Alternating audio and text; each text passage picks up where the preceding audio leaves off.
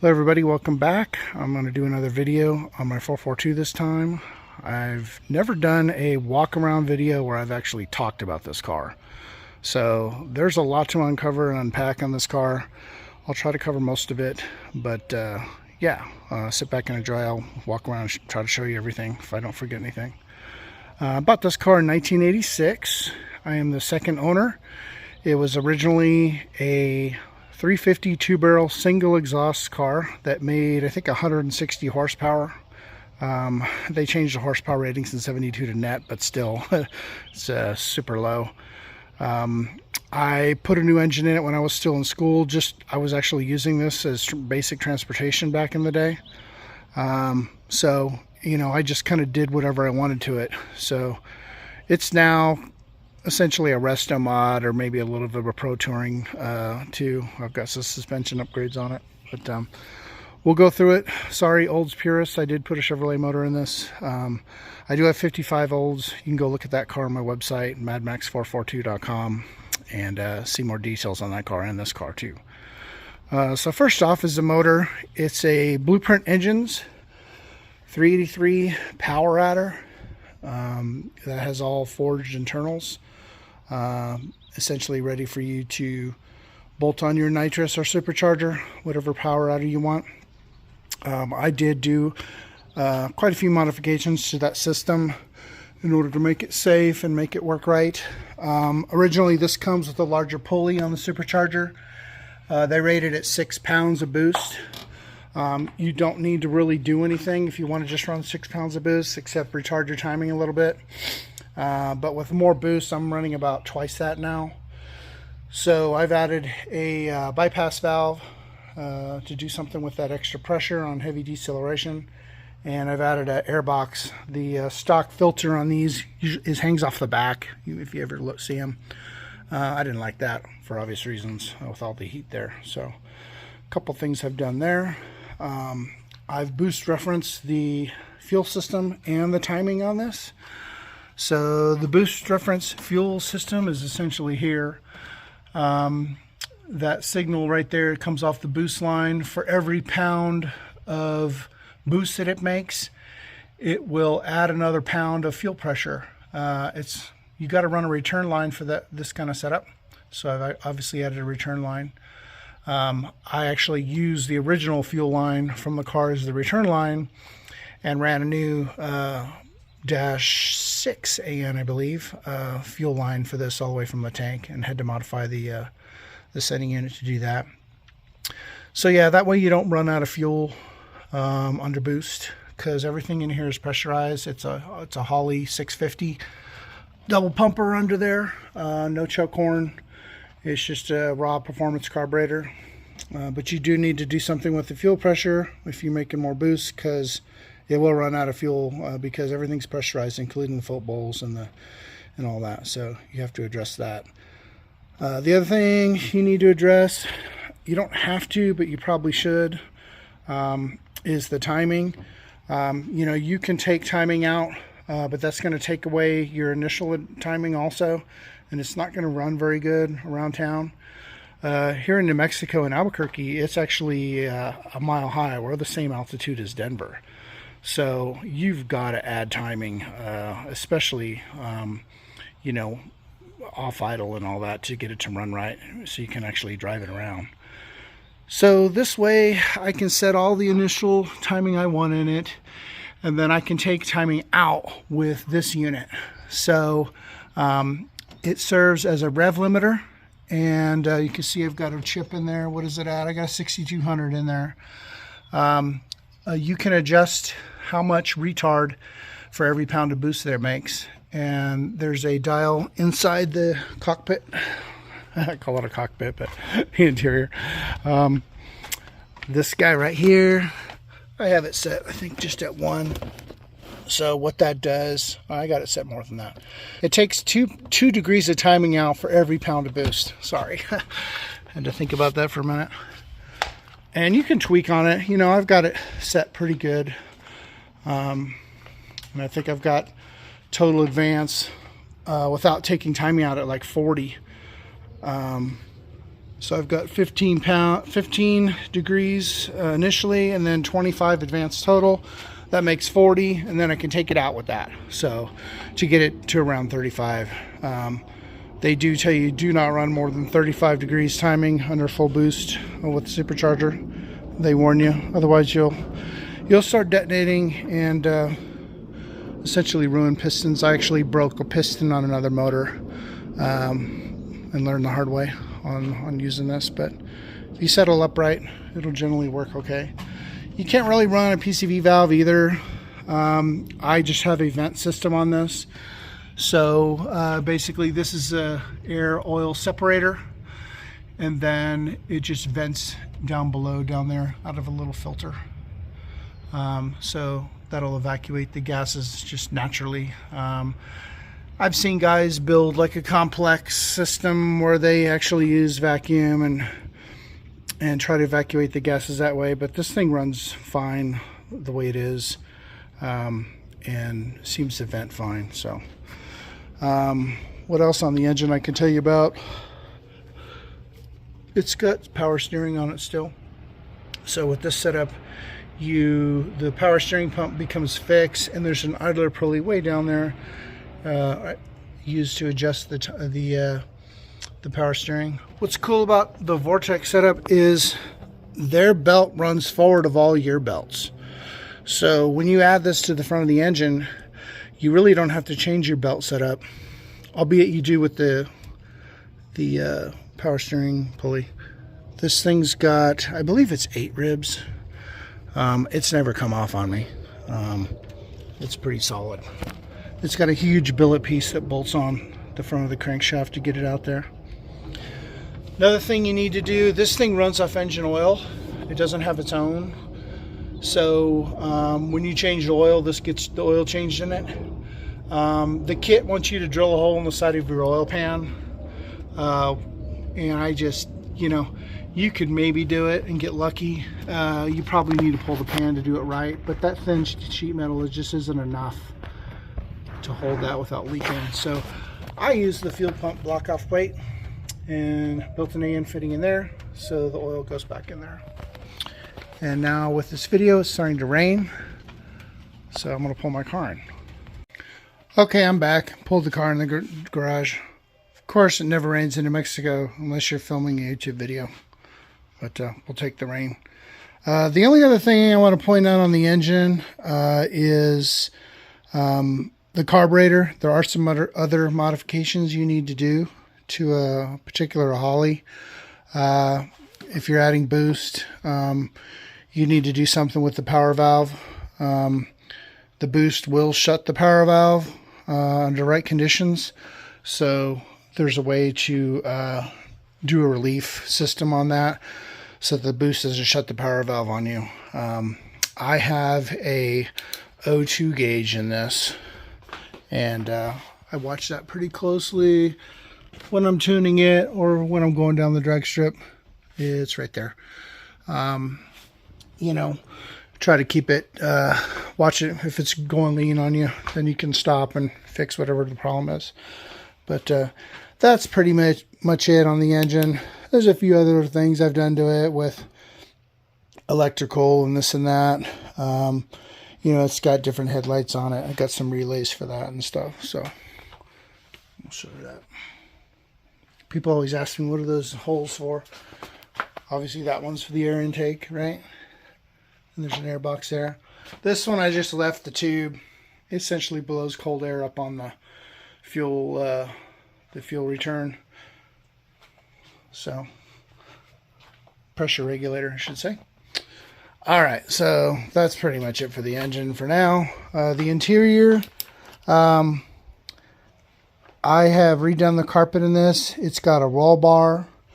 The roll bar is a 4-point. You can actually buy this kit for a GMA body from Jags.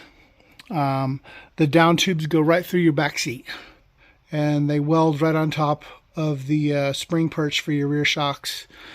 I didn't like that setup, so I decided to do something different and go through the package tray, so that someone could still sit back there, and I wouldn't have to completely destroy the inside of it. So those go back here. I have them go back here, and they're bolting into the rear cross member. Gives kind of a cleaner deal. As you can see, I've put a sound system in the trunk. It's got 2 amps in it, one for the subs and another one for the speakers in the car.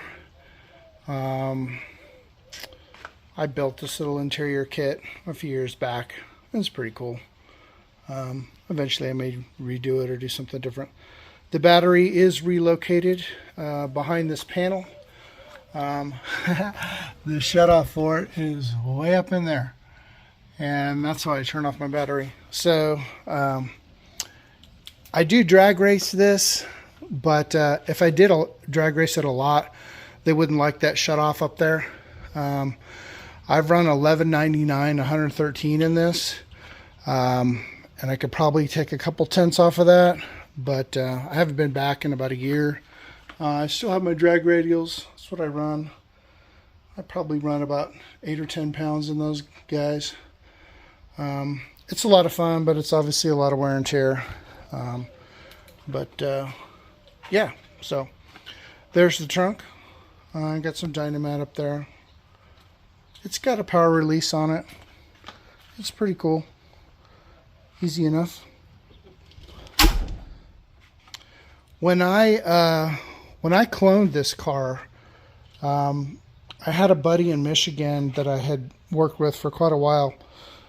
He sent me all the templates for the fenders and the trunk and everything off his original 442. So I was able to replicate the emblem location almost exactly.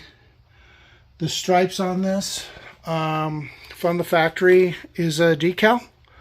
So this was part of the W29 option. In 72, 442 was just a sports appearance and handling package.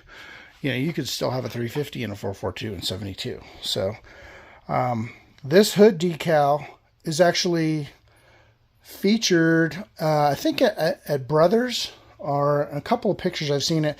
They stole the picture off my website. You know, I don't care, but my car for 72 is the catalog picture for the hood decal. These originally were black. The guy before me, when I bought it, had just made them all chrome. I think he just steel wooled them. I think there's chrome underneath, because I think only half of it's black. I like it better that way, so I'll keep it that way. That's cool. The guy that helped me do the clone sold me those grills too. Those grills have actually been repainted a couple of times. So there's the front. I did replace this bumper finally about 3 years ago, and I ran it forever and ever. And it's now got an AMD bumper on it. Super nice. Good quality. I recommend them a lot. They make good stuff. Back to the interior, I kind of just showed it real quick. It still has the original AM radio in it. Still works, kind of. I use an 8-track housing, which back in the day I hadn't seen many people do, but they actually just sell the housing now, people that do this, and just you put your own stereo in there. I obviously added gauges. You know, this thing came with idiot lights. So I've had a few iterations of gauges in here.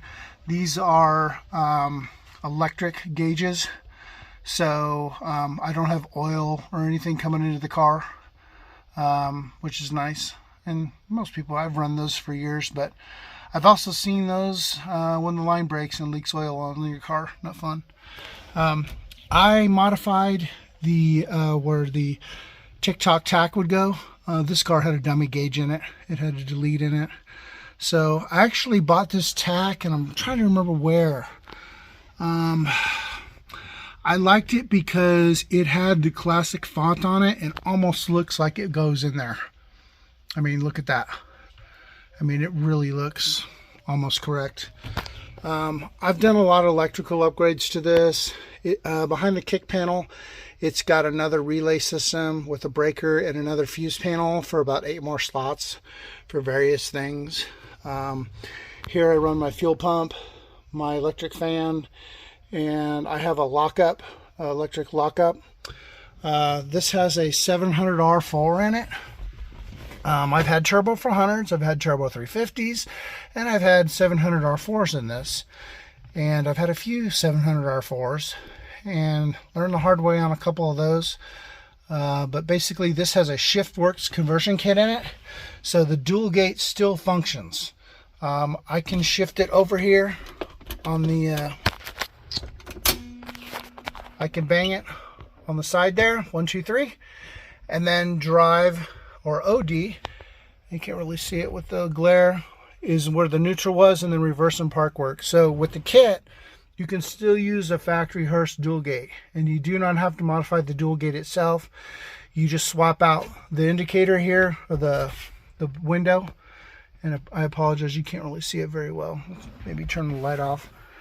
And yeah, you can run a 700 R4 in a Hurst dual gate. And I'm running a stage 3 700 R4. It's got, you know, it's all beefed up. It's a manual valve body unless you put it in OD, and then it becomes an automatic valve body. So that's cool for drag racing. And again, like I mentioned, the lockup. So when you're in 4th gear and you're on the highway, you can hit that button and it'll lock the converter completely. You know, a few years after the 700 R4, they went to the 4L60s and 65s and 4L70s, which were all electronic. That, you know, did the torque converter lockup for you. Another just quick look at the interior. The rear panels are original.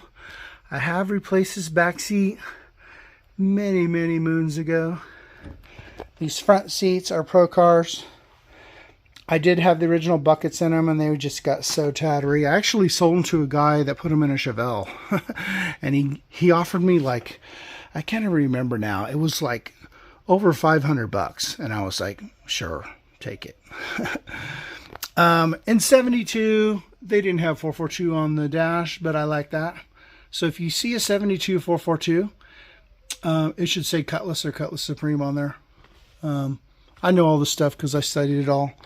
Of course, me cloning the car, like, I'm not trying to like put a fast one over on anybody with that. The rear is, I've got the trumpet exhaust. I'm running pipes, X pipe system.